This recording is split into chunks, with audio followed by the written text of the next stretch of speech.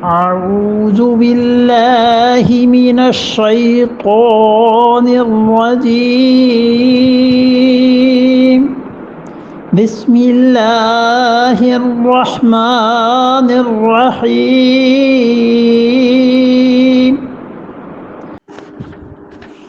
وقالت اليهود والنصارى نحن أبناء الله وأحباؤه قل فلما يعذبكم بذنوبكم بل أنتم بشر ممن خلق يغفر لمن يشاء ويعذب من يشاء ولله ملك السماوات والأرض وما بينهما وإليه المصير۔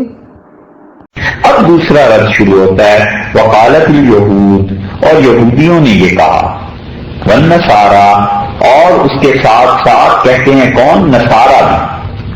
یہود اور نصارہ دونوں یہ کہتے ہیں کہ نحن، ہم ہیں، ابناء اللہ، اللہ تعالی کے بیٹے، وَأَحِبَّاؤُهُ، اور اس کے پیارے، ہم اللہ کے بیٹے ہیں اور اس کے پیارے ہیں۔ یہ ہے چیز۔ واؤ جو آیا ہے نا ابناء اللہ کے بعد، اس واؤ کا عطف ابنا پر ہی پڑتا ہے، اور احباؤہ کا مطلب یہ ہے کہ اس کی مزید تشریح اور تفسیر کے لیے آیا ہے کہ ہم اللہ کے بیٹے ہیں اور اس کے چہیتے ہیں۔ بیٹے چونکہ چہیتے ہوا کرتے ہیں، اس لیے ہم خدا کے چہیتے ہیں، خدا کے بڑے ہی پیارے ہیں ہم۔ حقیقی اگر بیٹا ہو تو اس کے لیے استعمال ہوتا ہے عربوں میں لفظ ولد کا، بیٹے ولد۔ یہاں پر ولد نہیں فرمایا، ابن فرمایا۔ ابن کا دعویٰ بھی یہی ہے نا۔ یہ در حقیقت رد ہے، اور زد اس کی جا کر پڑتی ہے بنیادی عقیدے پہ کہ عیسائیوں کا سارا عقیدہ حضرت مسیح علیہ الصلوۃ والسلام کے متعلق بیس کرتا تھا اس بات پہ کہ وہ ہر ایک سے یہی کہتے تھے کہ اچھا پھر بتاؤ ان کے والد کون ہیں؟ اچھا وہ خدا نہیں تھا تو ایسے پیدا کیسے ہو گیا تھا؟ اس کا اختیار کوئی نہیں تھا تو پھر یہ سب کچھ کیا ہو گیا تھا؟ اللہ نے فرمایا وہ مخلوق تھے، اور اللہ جیسے چاہے پیدا کرے۔ عام دنیا میں پیدائش کے تم جتنے طریقے دیکھتے ہو ان سب میں مادے سے آگے وجود پیدا ہوتا ہے، کوئی نہ کوئی چیز ہوتی ہے اس سے وجود بن جاتا ہے، اور اس میں بھی ایک تم دیکھتے ہو یہ چیز، اور ایک اللہ کا حکم بھی تو ہونا چاہیے۔ اللہ کی مرضی اور ارادے سے زندگی تخلیق میں آتی ہے، اور اللہ کا ارادہ اور اللہ کی مرضی نہ ہو کوئی چیز نہیں پیدا ہو سکتی۔ بس بالکل ٹھیک اسی طرح حضرت مسیح علیہ الصلوۃ والسلام، ان میں کسی چیز نے کام نہیں کیا، اکیلے اللہ کے ارادے نے کام کیا ہے۔ اللہ جیسے چاہے ارادہ فرما لے، یخلق ما یشاء۔ ان کی جو پیدائش تھی وہ تو عادت تھی، وہ تو تخلیق جو ہوئی تھی وہ خرق عادت ایک چیز تھی، اسے عام انسانوں پہ قیاس نہ کرو۔ وہ تو ہم نے اپنی قدرت کا اظہار کیا تھا کہ ہم بغیر کسی مادے کے بھی ایک بچے کی پیدائش ہو سکتی ہے، ہم نے یہ کیا ہے۔ واللہ علی کل شیء قدیر، اور اللہ تعالی یقیناً ہر چیز پر قدرت رکھتا ہے، ہر چیز خدا کے قبضے میں ہے، اس کے قبضہ قدرت سے کوئی چیز باہر نہیں نکلی۔ اس لیے جس بنیاد پر تم اسے خدا کی خدائی میں شریک کرتے ہو وہ بنیادی غلط ہے۔ وہ یہ کہ پیدا کیسے ہوئے، تو اللہ نے پیدا کیا۔ اللہ تعالیٰ کے لیے ممکن ہے یا نہیں، بات اس پہ کرو۔ اگر اللہ کے لیے ممکن ہے اور یقیناً ممکن ہے تو اس نے انہیں پیدا کیا تھا حضرت مسیح علیہ الصلوۃ والسلام کو اپنی قدرت سے، تو اللہ کی قدرت پر نظر جانی چاہیے تھی۔ تم اسے مسیح علیہ الصلوۃ والسلام کا ذاتی کرشمہ سمجھتے ہو، ذاتی طور پہ سمجھتے ہو، یہ بات غلط۔ ایک چیز کا رد کیا کہ عیسائی یہ حرکت کرتے ہیں، اب دوسرا رد شروع ہوتا ہے وقالت الیہود، اور یہودیوں نے یہ کہا، والنصارى، اور اس کے ساتھ ساتھ کہتے ہیں کون؟ نصارہ بھی۔ یہود اور نصارہ دونوں یہ کہتے ہیں کہ نحن، ہم ہیں، ابناء اللہ، اللہ تعالی کے بیٹے، وَأَحِبَّاؤُهُ اور اس کے پیارے. ہم اللہ کے بیٹے ہیں اور اس کے پیارے ہیں. یہ ہے چیز. واو جو آیا ہے نا ابنا اللہ کے بعد، اس واو کا عطف ابنا پر ہی پڑتا ہے، اور احباؤہ کا مطلب یہ ہے، یہ اس کی مزید تشریح اور تفسیر کے لیے آیا ہے کہ ہم اللہ کے بیٹے ہیں اور اس کے چہیتے ہیں. بیٹے چونکہ چہیتے ہوا کرتے ہیں، اس لیے ہم خدا کے چہیتے ہیں، خدا کے بڑے ہی پیارے ہیں ہم. حقیقی اگر بیٹا ہو تو اس کے لیے استعمال ہوتا ہے عربوں میں لفظ ولد کا، بیٹے کا ولد. یہاں پر ولد نہیں فرمایا، ابن فرمایا، اور ان کا دعویٰ بھی یہی تھا. یہودی اور عیسائی یہ تھوڑا ہی کوئی کہتا تھا ان میں سے کہ میرا نسب کوئی خدا سے ملتا ہے جا کے علیہ باللہ. وہ بھی اسی بات کے قائل تھے کہ ہم اللہ کے چہیتے ہیں، جس طرح سے بیٹا پیارا ہوا کرتا ہے اس طرح سے ہیں. یہ جو احباؤہ آیا ہے نا، یہ اس ابنا کی تشریح کے لیے آیا ہے کہ ہم اللہ تعالیٰ کے کیا ہیں، بیٹے. یعنی اس کا مطلب یہ ہے کہ ہم اس کے بہت پیارے ہیں. یہ ہے چیز. اور 3 نسبتیں بہت جگہ عرب کرتے ہیں، اب کی، والد ہونے کی. ابو فلاں، فلاں کے والد، اور ابو والا کے معنی میں بھی ابو بکر، بکر والے، ابو ہریرہ بلیوں والے رضی اللہ عنہ. اور حضرت عمر رضی اللہ عنہ کے متعلق کہتے ہیں ابو حفص، یعنی حفصہ کے والد رضی اللہ عنہما. اور ام المومنین حفصہ رضی اللہ عنہا کے وہ والد ہی تھے. دوسری چیز بنت کے معنی میں، بنت رسول اللہ، رسول اللہ صلی اللہ علیہ وسلم کی بیٹی فاطمہ بنت رسول اللہ، یوں بولتے ہیں نا. حضرت فاطمہ رضی اللہ عنہا جو رسول اللہ صلی اللہ علیہ وسلم کی صاحبزادی تھی. اور تیسری چیز ابن ہے. تو جس طرح اب کا لفظ حقیقی معنی میں بھی آتا ہے اور مجازی معنی میں بھی آتا ہے، والا کے معنی میں بھی، یہ پہلے بھی کئی بات ہوئی تھی شاید، والا کے معنی میں بھی آتا ہے. اسی طرح یہ جو ابن کا لفظ ہے نا، اس کو معنی بھی مجاز میں یہ آتے ہیں کہ مثلا حضرت آدم علیہ الصلوۃ والسلام کے متعلق کہتے ہیں کہ ابن الطین، مٹی کے بیٹے تھے. یعنی سب سے پہلے آدمی جن کی مٹی سے تخلیق ہوئی سیدنا آدم علیہ الصلوۃ والسلام تھے.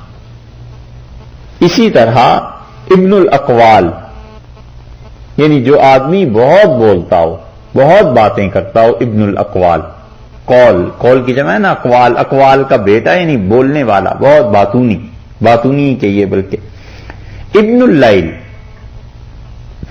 چور، رات والا، رات کا بیٹا، یعنی وہ رات میں چوری کرتا ہے اس معنی میں.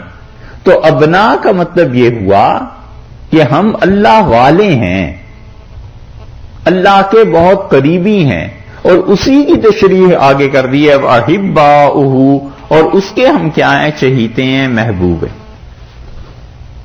اس پر یہ جو پچھلی آیت گزری ہے نا، اس میں اور اس میں آپ دیکھیے مناسبت کیا ہے.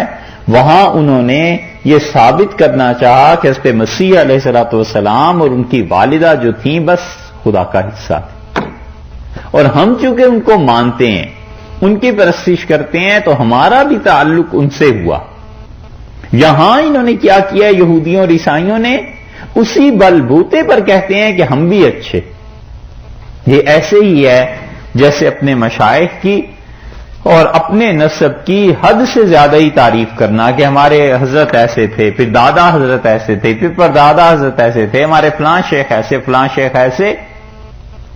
تو حد ہی ہو جاتی ہے نا ایک. اس کا مطلب یہ ہے کہ لوگوں کا یہ ذہن بنائیں کہ اب ہم ان کے وارث ہیں اور ہم بھی ایسے ہیں. یہ ہے گمراہی. اس سے راہ ہموار ہوتی ہے اور لوگ سمجھتے ہیں کہ جیسے وہ حضرات تھے ایسے یہ بھی ہوں گے.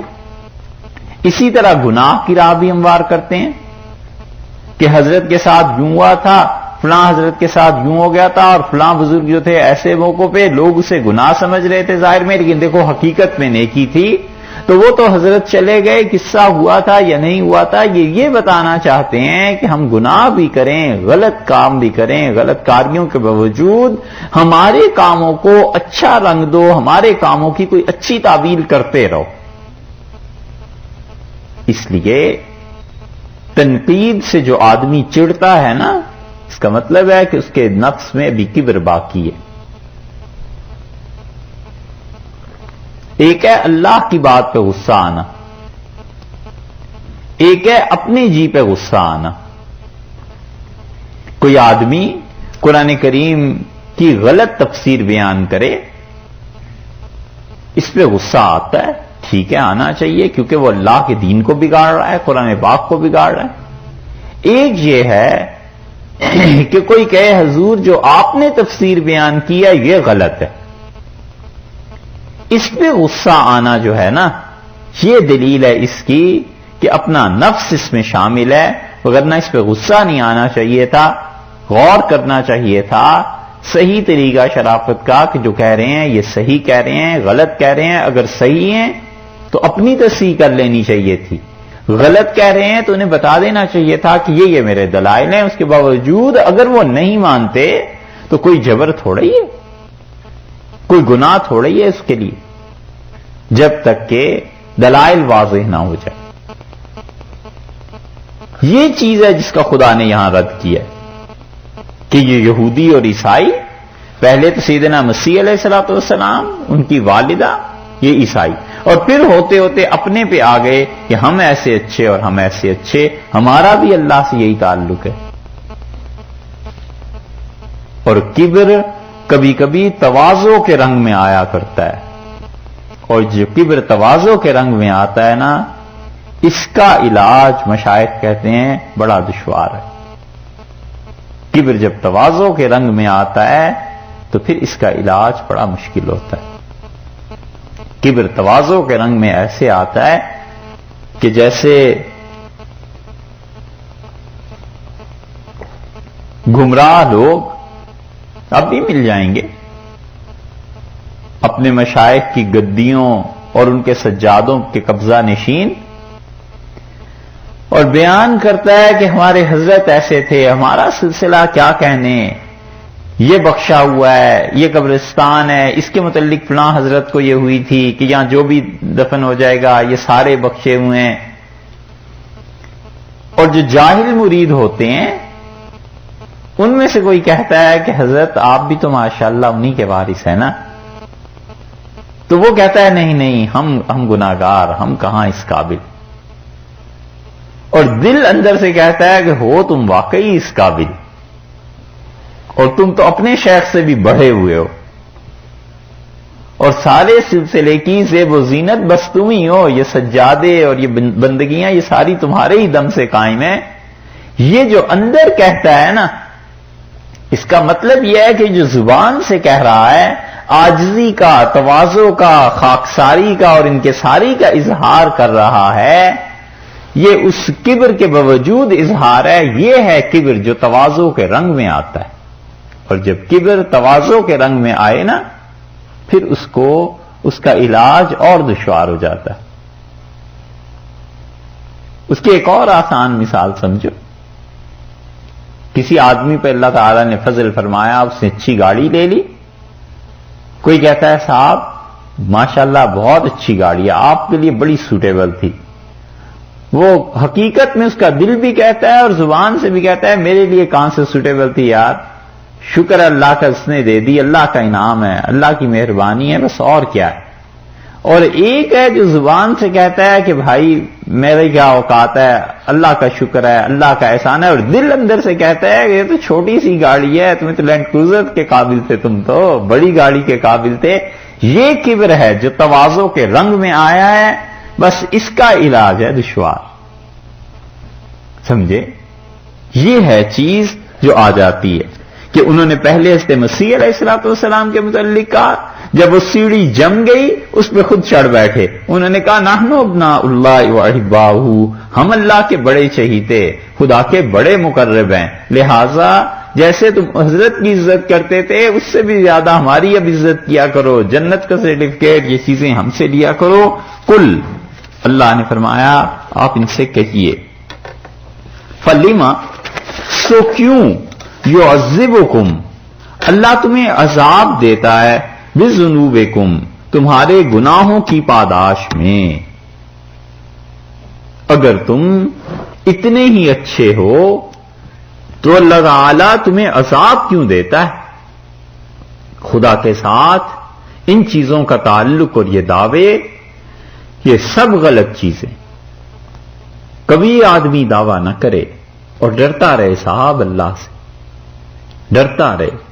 معصیت سے نسبت سلب ہو جاتی ہے اور ایک پل نہیں لگتا اور ایسے دل کی حالت بدل جاتی ہے اور بڑی دور ہے رات، پوری شب بھر تو دور ہے. نسبت جب سلب ہوتی ہے تو ایک سیکنڈ نہیں لگتا ایمان ہوتا ہے اور دوسرے سیکنڈ میں ارتداد آ جاتا ہے. صبح و شام جتنا فاصلہ بھی بہت لمبا ہے، ایک لمحے کا پتہ نہیں چلتا اور انسان کی حالت کچھ سے کچھ ہو جاتی ہے. اسی لیے اس پہ حاشیہ جو شاہ صاحب نے لکھا ہے نا، شاہ عبد القادر صاحب رحمۃ اللہ علیہ نے، دیکھیے حضرت فرماتے ہیں کہ اللہ صاحب کسی جگہ نبیوں کے حق میں ایسی بات فرماتے ہیں تا ان کی امت ان کو بندگی کی حد سے زیادہ نہ چڑھامیں. اللہ تعالی نے فرمایا نا کہ مسیح علیہ السلام کو اور ان کی والدہ کو اور ساری دنیا جہان کے لوگوں کو اگر خدا موت دے دے، حضرت فرماتے ہیں یہ باتیں اس طرح کی اللہ اس لیے کہتے ہیں کہ بندگی کی ایک حد ہے نا، اس سے زیادہ لوگ نہ انہیں بڑھائیں. وَإِلَّا وگرنہ نبی اس لائق کاہے کو ہیں، یعنی انبیاء علیہ الصلوۃ والسلام ایسے نہیں ہیں کہ خدا کی طرف سے ان کے لیے ایسے سخت جملے ہوں، بلکہ یہ امتوں کو سمجھانے کے لیے. جیسے کبھی کبھی حضرت کی بات کا مطلب یہ ہے کہ کبھی کبھی بظاہر الفاظ جو ڈانٹ کے ہوتے ہیں وہ عقل مند جو ہوتا ہے آدمی اس نے سمجھانا محلے کو ہے اور کہتا اپنے بیٹے سے کہ تم ایسی حرکتیں کیوں کرتے ہو، اور مراد یہ ہوتی ہے کہ جو سن رہے ہیں نا انہیں سمجھائے کہ ان حرکتوں کو چھوڑ دو. کہیں کہیں انسان کا ہر ایک پہ حق نہیں بنتا، تو جس پہ حق بنتا ہے اس کو کچھ کہہ کے انہیں سنانا مقصود ہوتا ہے. یہی بات ہے. اللہ تعالیٰ نے حضرت مسیح علیہ الصلوۃ والسلام، ان کی والدہ اور دنیا جہان کے لوگوں کے متعلق یہ فرمایا، اور اس کے بعد اللہ نے کہا اچھا تم سمجھتے ہو تم خدا کے چہیتے ہو، فَلِمَ يُعَذِّبُكُم بِذُنُوبِكُم تو پھر کیوں ایسی بات ہے. فَلِمَ يُعَذِّبُكُم بِذُنُوبِكُم اللہ تعالیٰ کیوں عذاب کرتا ہے تم کو تمہارے گناہوں پر. اس کا مطلب یہ ہوا کہ جس آدمی کو گناہوں پر عذاب ملتا ہے وہ اللہ کا چہیتا نہیں ہوا کرتا. ایک ہے گناہوں پر جو کچھ بھی آیا کرتا ہے عذاب کی ظاہری صورت، یہ عذاب، تکلیف، پریشانی، مصیبت، آزمائش سب کی ظاہری صورتیں ایک ہی ہوتی ہیں اور حقیقت میں فرق ہوتا ہے. آپ سے ایک مرتبہ تفصیل سے عرض کیا تھا کہ حقیقی مصیبت میں دل جو ہے نا اس کا سکون زائل ہو جاتا ہے. اگر دل کا سکون زائل ہو جائے تو اس کا مطلب ہے کہ یہ تو آیا ہے عذاب اور یہ تو ڈانٹ ہے اور یہ گناہوں کی پاداش میں. اور اگر دل کا سکون زائل نہ ہو تو پھر ظاہر کی مصیبت، یہ پریشانی، اس کا مطلب یہ ہے کہ یہ صرف ظاہر کی چیز ہے، ایک امتحان ہے جس سے گزرنا ہے. اس کی تشریح کر دی تھی نا ایک دن، بس وہی ہے. اگر وہ پلٹ کر یہ کہیں کہ تم مسلمانوں پہ بھی تو خدا کا عذاب آتا ہے تو اس کا جواب یہی ہے کہ واقعی جن پہ عذاب آتا ہے ان کا تو تمہارے والا ہی حال ہے، مگر جن پہ عذاب نہیں آتا اور ظاہر میں تم دیکھتے ہو وہاں دل کا اطمینان، دل کا سکون اپنی جگہ پر قائم رہتا ہے. اور ان کا جو پہلے جو تمہارے جیسے ہیں ان میں پھر بھی فرق ہے کہ ان کے پاس ایمان تو ہے نا، تو ان کا عذاب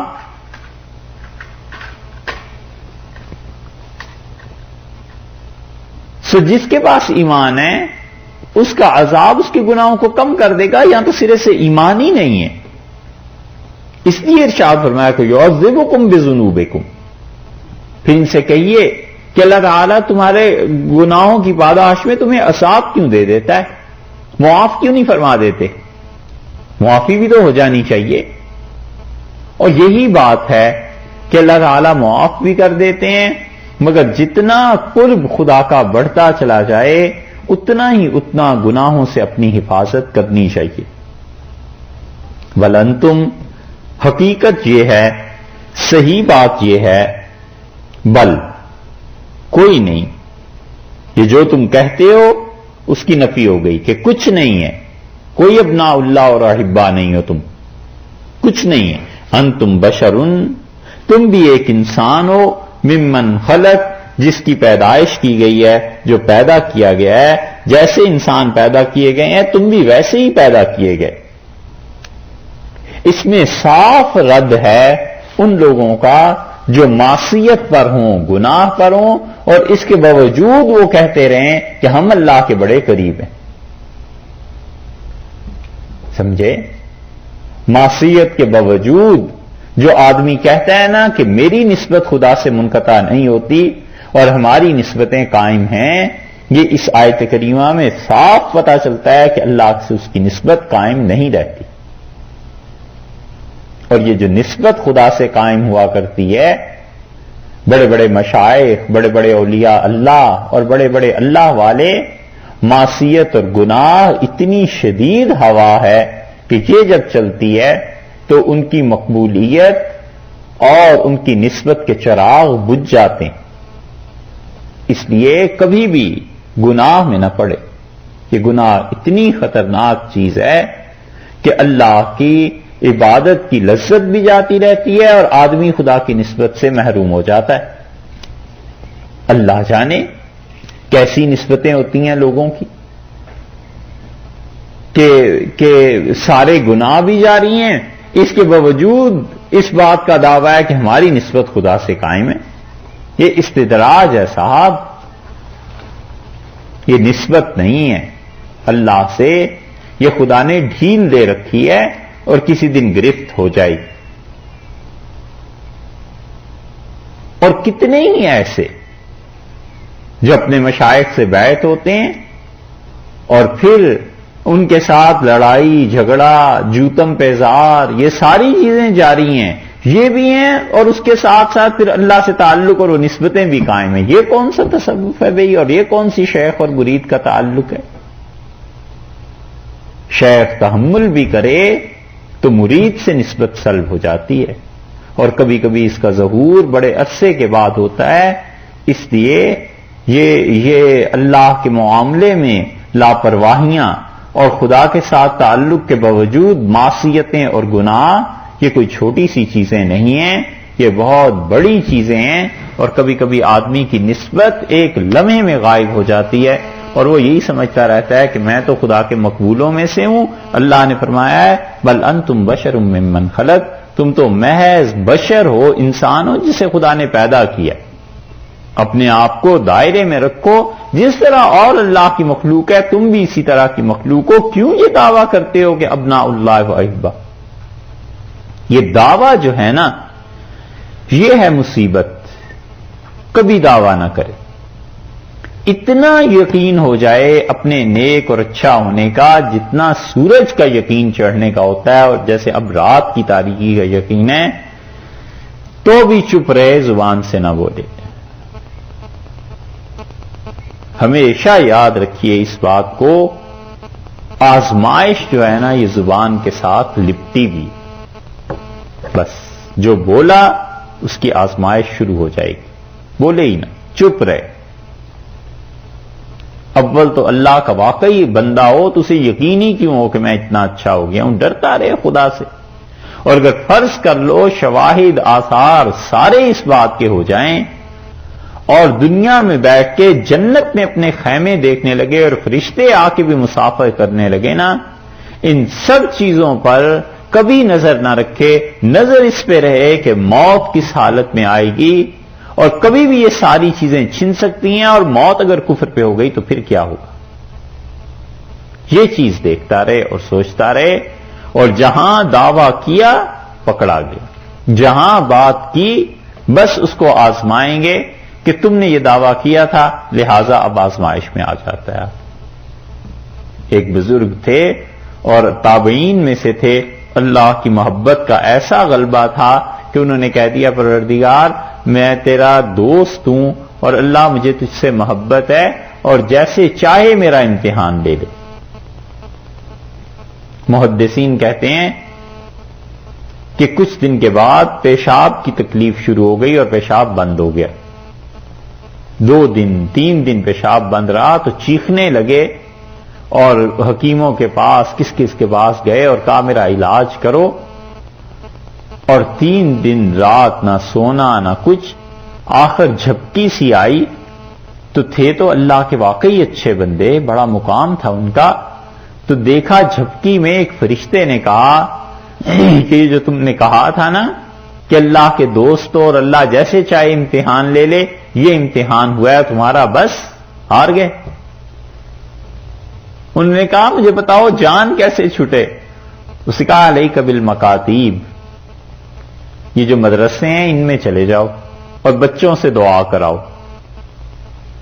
تو وہ بچوں کے پاس گئے اور جا کے کہنے لگے کہ امک الضال، تمہارا گمراہ چچا، تمہارا بے راہ چچا ایک بات کہہ بیٹھا تھا اور امتحان میں ناکام ہو گیا ہے، دعا کرو کہ اللہ اسے معاف کر دے۔ اور پھر جا کر کہیں پیشاب کی تکلیف وہ دور ہوئی اور اطمینان ہوا۔ اس لیے کبھی بھی بات نہ کرے، بولے نہیں جو کچھ بھی ہے۔ اور ایک بات یہ بھی کہ بادشاہوں کی بات ہر ایک کو بتانے کے قابل بھی نہیں ہوتی۔ بادشاہوں کی باتیں لوگوں سے کرنے لگے تو اصولی پہ چڑھا دیں کہ لو ہمارا باغی ہو گیا ہے، ہم نے اس سے بات کی تھی اور یہ سب کو جا کے سناتا ہے اور پھیلاتا ہے۔ ایسی چیزوں میں نہ آئے۔ کئی مرتبہ بزرگوں کے حالات پڑھ کے نا آدمی سوچنے لگتا ہے کہ فلاں بزرگ تھے وہ بھی تو اپنے مریدوں سے ایسے کہہ دیتے تھے، فلاں حضرت تھے اپنے شاگردوں سے ایسے کہہ دیتے تھے، تو ان کا مقام ان کے ساتھ چلا گیا، اپنے آپ کو اپنے مقام پہ سمجھے کہ میں کہاں ہوں۔ یہ ہے اللہ نے فرمایا بل انتم بشر ممن خلق، تم تو بشر ہو جو پیدا کیے گئے، جو پیدا ہوئے، وہ انسان ہو، اس کی پیدائش ہوئی ہے۔ یغفر لمن یشاء، بخشے جس کو وہ چاہے، ویعذب من یشاء، اور عذاب کرے جس کو وہ چاہے۔ اللہ جس کو چاہے معاف کر دے۔ بندے کا کام یہی ہے صاحب کہ معافی مانگتا رہے، بندے کا کام یہی ہے کہ بندگی میں رہے، بس بندگی سے باہر نہ نکلے۔ حضور اقدس صلی اللہ علیہ وسلم نے یہ بات ارشاد فرمائی، مکہ مدینہ منورہ کو دیکھا تو آپ نے فرمایا اللہ تیرے رسول اور تیرے دوست حضرت ابراہیم علیہ الصلوۃ والسلام نے مکہ کو عزت والا ادب والا شہر قرار دیا تھا، اور میں تیرا رسول اور تیرا بندہ، یہ نہیں کہا تیرا دوست، فرمایا تیرا بندہ۔ یوں عرض کیا اللہ تعالیٰ سے اللہ یا میں مدینہ منورہ کو، اس شہر کو ادب والا احترام والا قرار دیتا ہوں، خدایا تو اسے بھی اسی طرح قبول کر لے جیسے تو نے مکہ کو قبول کیا۔ مراد یہ تھی حضرت صلی اللہ علیہ وسلم کی، اپنے لیے یہ نہیں کہا کہ تیرا دوست، حالانکہ وہ کہتے بھی تھے اور بعض جگہ پہ اس کا اظہار اس لیے کیا ہے کہ وہاں ضروری تھا، وگرنہ فرمایا اللہ تیرا بندہ۔ یہ سب سے بڑا منصب ہے بندگی کا۔ تو بندگی جب آئے گی غالب اپنے آپ کو سب کچھ کرنے کے باوجود قصوروار سمجھتا رہے گا۔ اتنا قصور تو صاحب ہے ہی نا کہ اللہ کے سامنے عبادت وہ پیش ہی نہیں کر سکتا جو اس کا حق بنتا ہے۔ یہ قصور تو کبھی بھی دور نہیں ہوتا۔ یہ تو فرض کر لو کوئی آدمی اس درجے پہ پہنچ گیا، قطب الاقطاب ہو گئے اور غوث ہو گئے اور صوفیہ میں سب سے بڑے مقام پر ہو گئے، تو کیا ان کی عبادت بھی اس قابل ہے کہ خدا کے حضور میں پیش کی جائے؟ بندے کی بندگی قائم رہتی ہے، کوئی نہ کوئی کسر کوئی چیز رہتی ہے، کوئی اپنی عبادت کیا خدا کے سامنے پیش کرے گا؟ اپنی عبادت اور بندگی میں کوتاہیاں ہو جاتی ہیں، اس کی اللہ سے معافی مانگتا رہے. یغفر لمن یشاء، جس کو وہ چاہے معاف فرما دے اور جس کو وہ چاہے عذاب دے. وَلِلَّهِ مُلْكُ السَّمَاوَاتِ وَالْأَرْضِ وَمَا بَيْنَهُمَا، اور اللہ ہی کے لیے ہے بادشاہی جو آسمانوں کی ہے اور جو زمین کی ہے اور جو ان دونوں کے درمیان ہے.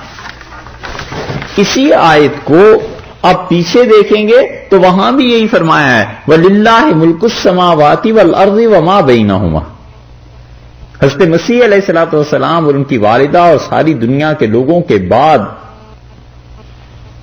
رحمہ اللہ یہ جو بات ارشاد فرمائی ہے نا وَلِلَّهِ مُلْكُ السَّمَاوَاتِ وَالْأَرْضِ وَمَا بَيْنَهُمَا، یہی بات یہاں ان کے دعوے کے بعد بھی کہہ دی ہے کہ وَلِلَّهِ مُلْكُ السَّمَاوَاتِ وَالْأَرْضِ وَمَا بَيْنَهُمَا، اور اللہ ہی کے لیے ہے ساری بادشاہی آسمانوں کی زمین کی وما بینہما، اور جو ان دونوں کے درمیان ہے، دونوں کے بیچ میں ہے، آسمانوں کے اور زمین کے بادشاہی اللہ ہی کی ہے. دونوں جگہ یہ بتایا ہے کہہ کے کہ جن جن کے متعلق تم سوچتے ہو یا ان کا اپنا گمان بھی اگر ہے نا، جیسے کہ دوسری آیت میں کوئی اختیار اللہ نے انہیں نہیں دیا، اختیارات سارے اللہ کے ہیں، کسی کے قبضے میں کچھ نہیں. مسیح علیہ السلام ہو، ان کی والدہ ہو، کوئی ہو، تمہارا مقدر اور تقدیر اللہ کے قبضے میں ہے.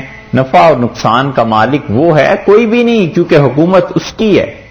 اسی طرح یہاں بھی فرما دیا کہ یہ جو قرب الہی کا دعویٰ کرتے ہیں کچھ بھی تو ان کے قبضے میں نہیں، حقیقی حکومت اللہ کی ہے، آسمانوں کے، زمین کے اور ان دونوں کے بیچ میں جو کچھ ہے ان سب کا مالک اللہ ہے، جو چاہے سو کرے اور پل بھر میں حالت تبدیل کر دیتا ہے. ایک لمحہ حالت میں تبدیل ہو جائے اور ڈاکو اور چور اور کیسا کیسا بدکار آدمی تھا اور اس کو اپنے دوستوں میں شامل کر لے، یہ اس کی بے نیازی ہے. اور کیسے ہی متقی اور پرہیزگار ہو اور اس کی عبادت پسند نہ آئے اور بے نیازی کی صفت اللہ کی غالب آ جائے اور اس کو نکال کر باہر پھینک دیں. اس لیے ایک تو چیز ہے قاعدے ضابطے میں وہ اللہ ایسے نہیں کرتے، مگر نظر اس پہ بھی رہنی چاہیے کہ بے نیاز بھی ہے، عبادت کرے، قبولیت کی توقع رکھے، دعا مانگے. مستحب ہے کہ یہ سمجھے کہ انشاءاللہ اللہ تعالیٰ اسے قبول کر لیں گے جب وہ چاہیں گے اپنی مرضی اور ارادے سے. گناہ کرے، معافی مانگے، توبہ کی قبولیت کی امید رکھے، مگر اس کے ساتھ ساتھ بے نیازی پہ بھی نظر رہے کہ کوئی پتہ نہیں وہ کس چیز پہ گرفت فرما لے اور کوئی پتہ نہیں کیا چیز معاف کر دے. موت تک یہ حالت رہتی ہے، تب تک ٹھیک ہی رہتا ہے.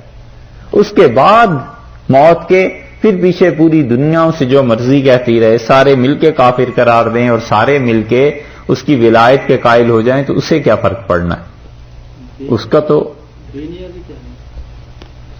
کا تو تعلق اللہ کے ساتھ. بے نیازی کا مطلب یہ ہے کہ اللہ تعالیٰ کو کسی کی محتاجی نہیں ہے. آدمی یہ سمجھے کہ میں جو بھی گناہ کرتا ہوں اپنا ہی نقصان کر رہا ہوں، اللہ کی ذات کو اس کی کوئی پرواہ نہیں ہے، اللہ کوئی محتاج نہیں کہ میں نے گناہ کیا تو اس کی خدائی میں کوئی کمی آ گئی. اور اسی طرح اللہ میری عبادت کا کوئی محتاج نہیں، عبادت کرتا ہوں تو اپنے لیے ہی کرتا ہوں. اللہ کی ذات بے نیاز ہے، یعنی اللہ کی ذات کو کوئی پرواہ نہیں ہے، میں نے اس کی عبادت کی ہے تو کوئی اس کو فائدہ پہنچے گا. تو اس پہ نظر رہے کہ اللہ تعالی کی ذات میرے گناہوں سے، میری عبادتوں سب سے بلند و بالا ہے، اسے نہ اس سے نقصان ہوتا ہے نہ نفع پہنچتا ہے، سب کچھ اپنے لیے ہی کر رہا ہوں. تو وہ چاہے تو میرے گناہوں کو معاف کر دے اور نہ چاہے اور عبادت پہ پکڑنا شروع کر دے تو کون پوچھ سکتا ہے. اس لیے دونوں جگہ فقرہ ایک ہی ہے، وَلِلَّهِ مُلْكُ السَّمَاوَاتِ وَالْأَرْضِ وَمَا بَيْنَهُمَا وَإِلَيْهِ الْمَصِيرُ. اور فرمایا پھر لوٹ کے بھی اللہ کی طرف جانا ہے، اسی کی طرف رجوع ہے.